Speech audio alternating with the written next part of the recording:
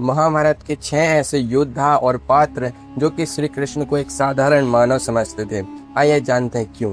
Number 6 पर आते हैं राजा पौंड्रक। क्या कोई साधारण मनुष्य स्वयं को भगवान विष्णु का असली अवतार घोषित करके स्वयं श्री कृष्ण को ही नकली और साधारण इंसान कह सकता है? पौंड्रक का अज्ञान और अहंकार इसी चरम सीमा तक पहुंच चुका था। पौंड्रक करुष देश का एक अत्यंत शक्तिशाली और विशाल सेना का स्वामी राजा था। उसके चाटुकार दरबारियों और मित्रों ने उसके मन में यह झूठी बात बैठा दी थी कि वही इस संपूर्ण जगत में विष्णु का वास्तविक अवतार है। इस झूठे दम्भ और अहंकार के कारण पौंड्रक ने श्री कृष्ण की भांति वस्त्र और आभूषण धारण करना आरंभ कर दिया। वह अपने हाथों में नकली शंख, चक्र, गदा और पद्म लेकर घूमता था। वह पीले वस्त्र पहनता था और प्रजा से स्वयं को वासुदेव कहलवाने लगा था। पौंड्रक श्री कृष्ण को केवल एक साधारण यादव बालक समझता था। उसका मानना था कि श्री कृष्ण उसकी अवतार वाली उपाधि और चिन्हों को चुराकर घूम रहे हैं। अपने इसी भ्रम में अंधा होकर पौंड्रक ने श्री कृष्ण को एक चेतावनी पत्र भी भेज दिया था। उस पत्र में उसने लिखा कि हे कृष्ण, तुम नारायण होने का यह झूठा नाटक तुरंत बंद कर दो। मेरे दिव्य चिन्हों का उपयोग करना छोड़ दो, अन्यथा युद्ध के मैदान में मेरे हाथों मरने के लिए तैयार हो जाओ। भगवान श्री कृष्ण ने उसके इस अज्ञान पर मंद मंद मुस्कुराते हुए उसका युद्ध का प्रस्ताव स्वीकार किया। जब दोनों का आमना सामना हुआ तो पौंड्रक ने अपनी पूरी शक्ति लगा दी, परंतु श्री कृष्ण ने अपने सुदर्शन चक्र का एक बार प्रयोग करके पौंड्रक का मस्तक धड़ से अलग कर दिया। पौंड्रक का जीवन हमें यह सिखाता है कि जब मनुष्य के हृदय में अहंकार भर जाता है तो उसे साक्षात ईश्वर भी एक साधारण इंसानी दिखाई देने लगता है। नंबर 5 पर आते हैं राजकुमार रुक्मी। अपनी ही बहन के विवाह को रोकने के लिए श्री कृष्ण के सामने शस्त्र उठाने वाला यह अहंकार से भरा योद्धा आखिर कौन था? रुक्मी विदर्भ देश के राजा भीमशक का बड़ा पुत्र था। वह अपने समय का एक अत्यंत निपुण और पराक्रमी धनुर्धर था। उसके अनेक गुरुओं से अस्त्र शस्त्र की विद्या प्राप्त की थी। इसी विद्या और शक्ति के मध्य में चूर होकर रुक्मी यह मानता था कि श्री कृष्ण में कोई अलौकिक शक्तियों का निवास नहीं है। वह श्री कृष्ण को केवल द्वारका का एक साधारण यादव राजकुमार समझता था। उसका मानना था कि श्री कृष्ण केवल छल और कपट के बल पर ही अपनी विजय प्राप्त करते हैं। जब उसकी बहन रुक्मणी ने श्री कृष्ण को अपने मन में अपना पति स्वीकार कर लिया तो रुक्मी का अहंकार आहत हो गया। वह किसी भी परिस्थिति में अपनी बहन का विवाह श्री कृष्ण से नहीं होने देना चाहता था।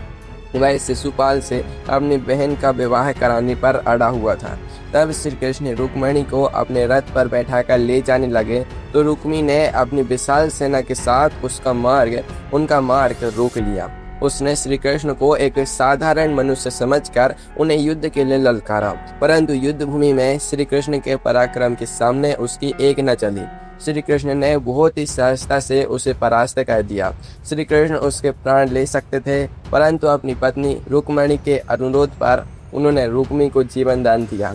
श्री कृष्ण ने रुक्मी के सिर के बाल काट दिए और उसका घमंड सदा के लिए चूर चूर कर दिया। नंबर 4 पर आते हैं मगध नरेश जरासंध। 17 बार युद्ध में पराजित होने के बाद भी क्या कोई सम्राट किसी को साधारण मनुष्य समझने की भूल कर सकता है? मगध का सम्राट जरासंध एक अत्यंत प्रतापी और क्रूर राजा था। उसकी शक्ति का भय संपूर्ण आर्यावर्त में फैला हुआ था। उसने 86 से भी अधिक राजाओं को बंदी बनाकर अपने कारागार में डाल रखा था। जरासंध श्री कृष्ण को कभी भी भगवान या अपने बराबर का योद्धा भी नहीं मानता था। वह श्री कृष्ण को केवल एक भयभीत और साधारण बालक समझता था। जब श्री कृष्ण ने मथुरा के लोगों को बार बार के युद्ध से बचाने के लिए द्वारका नगर बसाने का निर्णय लिया तो जरासंध ने उनका उपहास उड़ाया। उसने श्री कृष्ण का नाम रण छोड़ कर रख दिया। जरासंध का मानना था कि श्री कृष्ण युद्ध के मैदान से डर कर भागने वाले एक कमजोर और सामान्य वाले हैं। जब श्री कृष्ण अर्जुन और भीम के साथ एक ब्राह्मण का वेश धरकर जरासंध के महल में पहुंचे तब भी जरासंध उनके वास्तविक रूप को नहीं पहचान सका। जब श्री कृष्ण ने उसे मल्ल युद्ध की चुनौती दी तो जरासंध ने श्री कृष्ण से लड़ने से साफ इनकार कर दिया। उसका कहना था कि श्री कृष्ण एक भगोड़े और साधारण मनुष्य हैं, इसलिए वे उनके साथ लड़ने के योग्य नहीं हैं।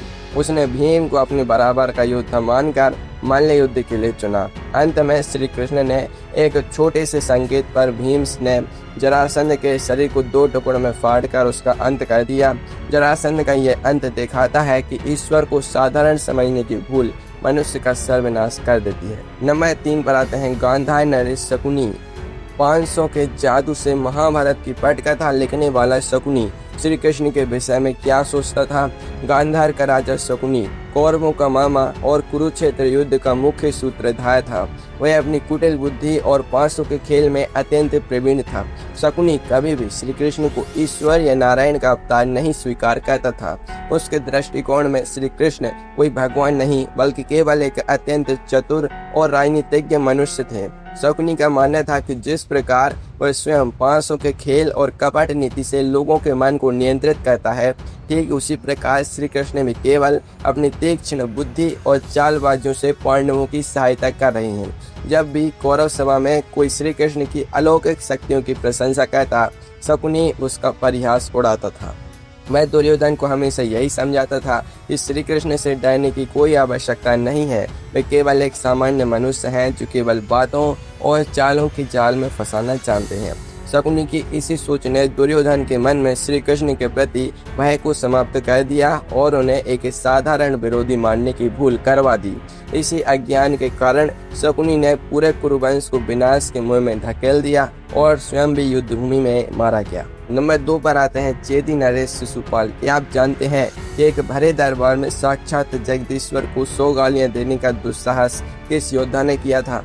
वह अभागा योद्धा था चेदी देश का राजा शिशुपाल।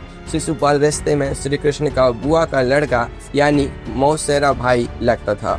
शिशुपाल के जन्म के समय ही आकाशवाणी हुई थी कि जिस व्यक्ति की गोदी में बैठने पर इसके अतिरिक्त अंग लुप्त हो जाएंगे वही इसका वध करेगा। वह व्यक्ति श्री कृष्ण ही थे। शिशुपाल के मन में श्री कृष्ण के प्रति बचपन से ही अत्यधिक ईर्ष्या और द्वेष की भावना भरी हुई थी। वह श्री कृष्ण को एक साधारण गऊ चराने वाला, माखन चोर और मर्यादा का उल्लंघन करने वाला सामान्य मनुष्य ही मानता था। शिशुपाल की माता के निवेदन पर श्री कृष्ण ने वचन दिया था कि वे शिशुपाल के 100 अपराधों को क्षमा कर देंगे। जब धर्मराज युधिष्ठिर ने राजसूय यज्ञ का आयोजन किया तो वहां संसार के सभी महर्षि, मुनि और राजा उपस्थित थे। यज्ञ के पूर्ण होने पर युधिष्ठिर ने सबसे पहले श्री कृष्ण की अग्र पूजा यानी सर्वोच्च सम्मान देने का निर्णय लिया। यह देखकर शिशुपाल का क्रोध अपनी सीमाएं लांघ गया। उसने भारी सभा में खड़े होकर श्री कृष्ण को अत्यंत कटु और नीच शब्द कहने शुरू कर दिए। उसने श्री कृष्ण को एक साधारण ग्वाला, चोर और अयोग्य मनुष्य बताकर उनका घोर अपमान किया। श्री कृष्ण शांत भाव से उसकी गालियों को सुनते रहे और उसके अपराधों को गिनते रहे। जैसे ही शिशुपाल ने अपनी 100वीं गाली पूरी की, श्री कृष्ण ने अपने सुदर्शन चक्र का स्मरण किया। सुदर्शन चक्र ने क्षण भर में शिशुपाल की गर्दन काट दी। शिशुपाल का यह घमंड सिद्ध करता है कि ईश्वर की सहनशीलता की भी एक सीमा होती है। नंबर 1 पर आता है कौरव राजकुमार दुर्योधन।